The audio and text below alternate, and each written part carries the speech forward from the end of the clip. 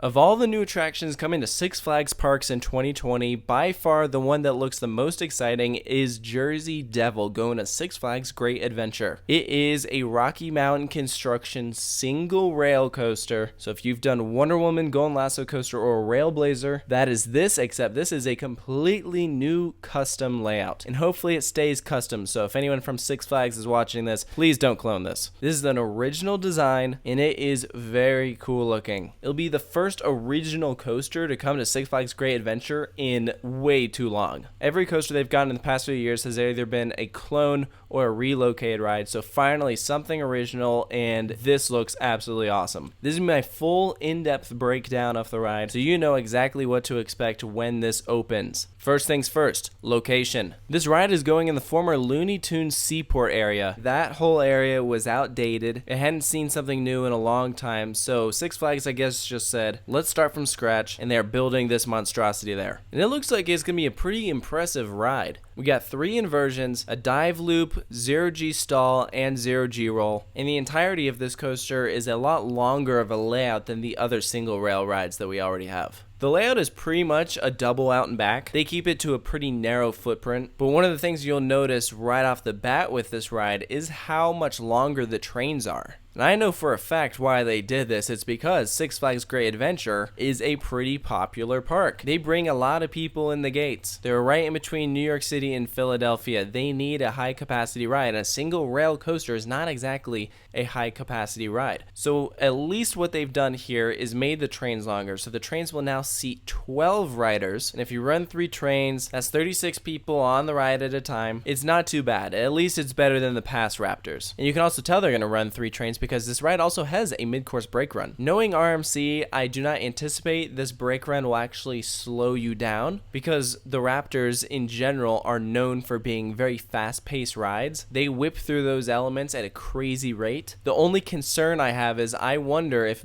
having longer trains is going to make it so that it's not as fast-paced as the others. I'm not sure that'll be the case, but it is something I wonder about. Typically, when you have a really long train, it means you gotta draw out the elements more. In addition, this ride is also a lot taller than the other Raptors. When you make rides bigger, it's harder to do tighter elements, just because you have so much more speed that you have to work with. So I really hope that this ride has the same pacing as the others, because I've done Railblazer, absolutely loved it, blew away my expectations. I hope this does the same. But let's get into some specifics with the layout. First up is an 87-degree drop, just shy of 90 degrees. I thought that was interesting that they didn't go completely vertical, but personally, I don't think it matters. You're not going to notice 3 degrees difference. It's almost a vertical drop. In the back, you're probably going to get whipped over that like crazy. Next up, we have a dive loop that is very similar to the other Raptors currently in existence. But after that, we have a massive airtime hill. This thing looks huge. And RMC is known for doing good airtime. So a ride like this,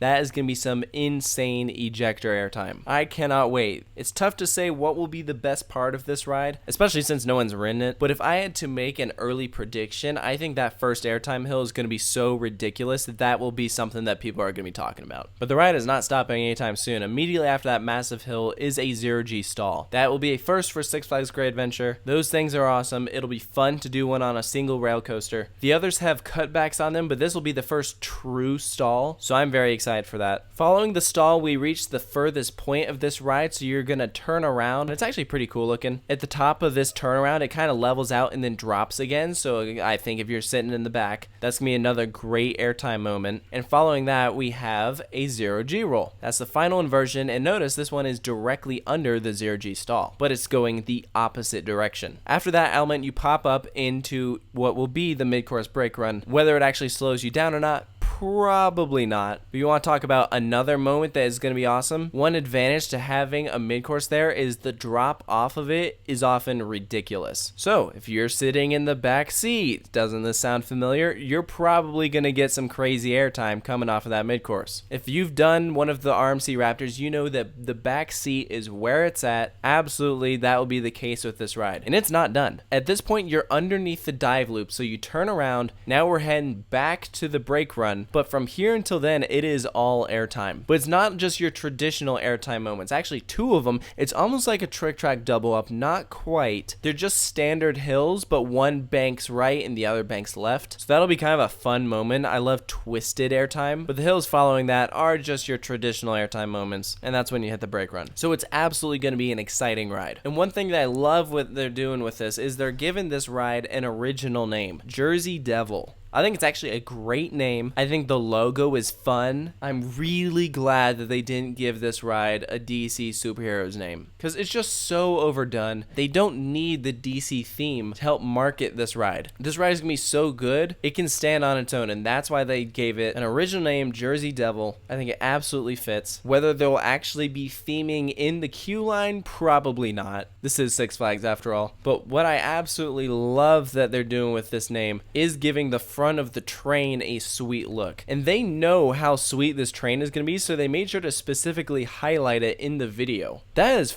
freaking cool. I love it. It's menacing, it's intimidating, and that's what this ride is going to be. This is going to be one of the wildest rides in the park. Whether it's more wild than El Toro, it's tough to say. This ride is just going to be so different, and I don't think a lot of the public is going to be used to seeing a single rail roller coaster. So I don't see this being anything other than a hit. I can't wait to ride this whenever it opens. Knowing Six Flags, this will probably be open around Memorial Day or later. They definitely don't have a problem opening rides in July, but assuming everything goes okay, I'd expect a late spring or early summer opening, and you can for sure plan on me being there because this ride looks great. I can't wait to get on it. So let me know down in the comments below what you think of this ride. If you agree with what I've talked about in this analysis, of course you can stay tuned for more here at Coaster Studios. I still got a lot more coming. Anytime a new roller coaster is announced, I'll be there to break it down for you guys. So hope you enjoyed this. I'll see you next time.